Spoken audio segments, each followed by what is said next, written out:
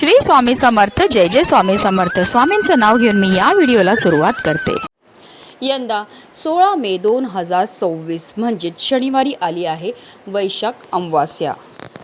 जेव्हा अमावास्या शनिवारी येते तेव्हा तिला शनी अमावास्या किंवा शनीश्वरी अमावास्या म्हणतात. वैशाख अमावास्या ही शनी जयंती म्हणून साजरी केली जाते. या दिवशी सूर्यपुत्र असलेल्या शनीचा जन्म झाला होता. शनी हा 9 ग्रहापैकी महत्त्वाचा ग्रह मानला जातो. तसेच शनी हा न्यायाचे प्रतीक मानले जाते. आयुष्यातील सर्व अडथळे दूर करण्यासाठी शनिदेवाची पूजा करणं फलदायी ठरतं. शनिदेवाची पूजा केल्याने जीवनात सकारात्मक बदल होतात आणि अनेक समस्या दूर होतात. शनिदेवाला न्याय देवता मानले जाते, त्यामुळे त्यांची पूजा केल्याने व्यक्तीला न्याय मिळतो आणि त्याचे जीवन सुधारते. शनी जयंतीच्या दिवशी दान करणं शुभ आणि फलदायी मानले जाते. या दिवशी काळे तीळ, काळे उडीद, काळे कपडे, लोखंडी वस्तू, स्टीलची भांडी, ब्लँकेट इत्यादी गरजूंना दान करून शनिदेव प्रसन्न होतात. तसेच शनी जयंतीच्या दिवशी सकाळी आणि संध्याकाळी ओम शनीश्वराय नमः या मंत्राचा 108 वेळा आपल्याला जप हा करायचा. तसेच या दिवशी कुत्रा, कावळा, गाय तसेच गरीब व्यक्तींना आपल्याला आपल्या यथाशक्तीप्रमाणे दान हे करायचं. असं केल्यामुळे शनी प्रसन्न होतात आणि व्यक्तीला कधीही कोणत्याही गोष्टीची कमतरता भासत नाही. हिंदू मान्यतानुसार शनीशी संबंधित कष्ट दूर करण्यासाठी आणि आपल्या इच्छा पूर्ण करण्यासाठी शनिदेवाचे व्रत हे शनी जयंतीपासून तुम्ही कमीत कमी 7, 11, 16 किंवा 19 शनिवार करावे. हे व्रत सूर्योदयापूर्वी सुरू करून सूर्यास्तापर्यंत करावे. यामुळे आपल्यावर शनिदेवाची कृपा होते. धार्मिकदृष्ट्या हा दिवस अतिशय महत्त्वाचा असल्यामुळे या दिवशी काही प्रभावी उपायाने सेवा देखील केल्या जातात.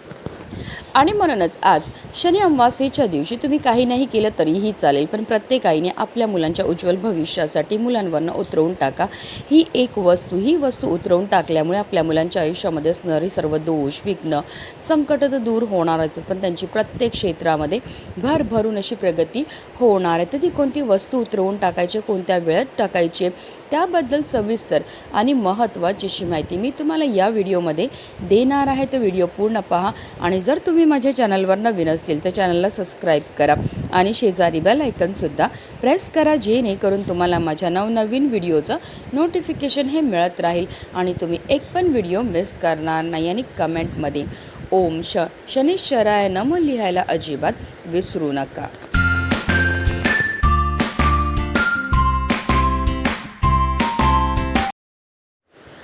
आज शनी अमावास्येच्या दिवशी आवर्जून आपल्याला शनी मंदिरामध्ये जायचं आहे. विधिवत शनिदेवाची पूजाही करायची आहे. मोहरीच्या तेलाचा काळे तीळ मिसळून शनिदेवावर अभिषेक हा करायचा आहे. पितृदोष संबंधित कार्य करायचे आहे, त्यासाठी तर्पण आणि पितरांच्या नावाने दान करायचं आहे.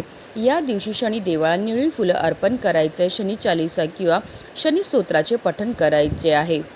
तसेच शनी अमावास्येच्या दिवशी पिंपळाच्या झाडाला जवळ आपल्याला मोहरीच्या तेलाचा दिवा लावायचा आहे. तसेच शनी मंत्राचा जप हा करायचा आहे. ओम शनीश्वराय नमः, ओम श्री ह्रीं क्लीं श्री शनीश्वराय नमः या मंत्राचा आपल्याला 5, 7, 11 किंवा 21 वेळा जप हा करायचा आणि शनी आरती आपल्याला करून घ्यायची आहे. या रीतीने आपल्याला पूजा आणि सेवाही करून घ्यायची आहे. आता हा उपाय आपल्याला कधी करायचं, तर हा उपाय आपल्याला शनी अमावास्येच्या दिवशी संध्याकाळी 6 वाजल्यापासून अगदी रात्री 12 वाजेपर्यंत सुद्धा करता येणार आहे. अगदी तुमच्यापासून माझ्यापर्यंत प्रत्येक आईला असं वाटतं की आपल्या मुलांना प्रत्येक क्षेत्रामध्ये भरभरून यश हे मिळालं पाहिजे. पण बऱ्याचदा काय होतं ना, आपल्या मुलांमध्ये काही दोष असतात. दोष म्हणजे काय, तर आपल्या मुलांना जर नजर लागलेली असेल किंवा त्यांच्या कुंडलीमध्ये राहू, केतू, शनी या ग्रहांचे दुष्प्रभाव असतील किंवा पितृदोष असेल, तर त्यामुळे सुद्धा आपली मुलं वारंवार आजारी पडतात, चिडचिड करतात, हट्टीपणा करतात, त्यांना केलेला अभ्यास लक्षात राहत नाही किंवा बऱ्याचदा आपली मुलं खूप शिकलेली आहेत पण त्यांना मनासारखी नोकरी प्राप्त होत नाही. मुलांच्या जीवनामध्ये अनेक प्रकारच्या समस्या निर्माण होतात. त्यांचा विवाह जुळण्यामध्ये समस्या येत असतील तर आवर्जून प्रत्येक आईने आपल्या मुलांच्या उज्ज्वल भविष्यासाठी हा प्रभावी उपाय जो आहे तो करायचा आहे. हा उपाय करण्याकरता आपल्याला एक दिवा हा तयार करायचा आहे, पण आपल्याला हा दिवा जो आहे तो कणकेपासून तयार करायचं आहे, कारण सर्व दिव्यांमध्ये सर्वश्रेष्ठ दिवा म्हणजे कणकेचा मानला जातो. तर आपल्याला काय करायचं आहे, कणिक मळायचं आहे. मळताना त्यामध्ये आपल्याला थोडीशी हळद टाकायची आणि त्यापासून एक दिवा हा तयार करून घ्यायचा आणि या दिव्यामध्ये आपल्याला 4 लांबवाती टाकायच्यात. अर्थात काय, तर आपल्याला एक चौमुखी दिवा हा तयार करून घ्यायचा आणि या दिव्यामध्ये आवर्जून आपल्याला मोहरीचं तेल जे आहे ते टाकायचं. मोहरीचं तेल जे असतं ना, ते आपल्या जीवनामध्ये असणारी जेवढी पण नकारात्मकता, इडापिडा, दुर्भाग्य दूर करण्याचं काम हे करत असतं. आता काही कारणास्तव तुमच्याकडे मोहरीचं तेल नसेल तर रोजच्या देवपूजेमध्ये जे तेल वापरतात ते टाका आणि त्यामध्ये तुम्हाला चिमूटभर काळी किंवा पिवळी मोहरी ही टाकून घ्यायची आहे.